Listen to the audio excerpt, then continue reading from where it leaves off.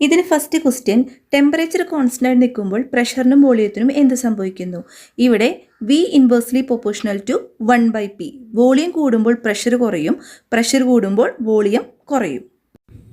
രണ്ടാമത്തെ ക്വസ്റ്റ്യൻ ഏത് ഗ്യാസ് ലോവുമായിട്ടാണ് ഇത് റിലേറ്റ് ചെയ്തിരിക്കുന്നത്? ഇത് ബോയ്ൽസ് ലോവുമായിട്ടാണ് റിലേറ്റ് ചെയ്തിരിക്കുന്നത്.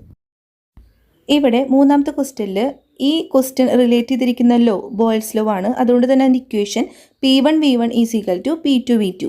ഇവിടെ V1 100 ലിറ്റർ നമുക്ക് തന്നിട്ടുണ്ട്, P1 2 ATM എന്ന് തന്നിട്ടുണ്ട്. P2 എന്ന് പറയുന്നത് ഡബിൾ ആണെന്ന് നമുക്ക് പറഞ്ഞിട്ടുണ്ട്. അപ്പോൾ 2 × 2 4 ATM. നമ്മൾ സബ്സ്റ്റിറ്റ്യൂട്ട് ചെയ്യുമ്പോൾ നമുക്ക് V2 ആണ് കണ്ടുപിടിക്കേണ്ടത്. So V2 is equal to P1 V1 P2 is equal to 2 × 100 divided by 4. അവിടെ 2ഉം 4ഉം ക്യാൻസൽ ചെയ്തു. 100 divided by 2 is equal to 50 litre. ഇവിടെ ഏത് ക്വസ്റ്റ്യനിലും ടെമ്പറേച്ചർ കോൺസ്റ്റന്റ് എന്ന് പറഞ്ഞാൽ അത് ബോയ്ൽസ് ലോ ആണ്.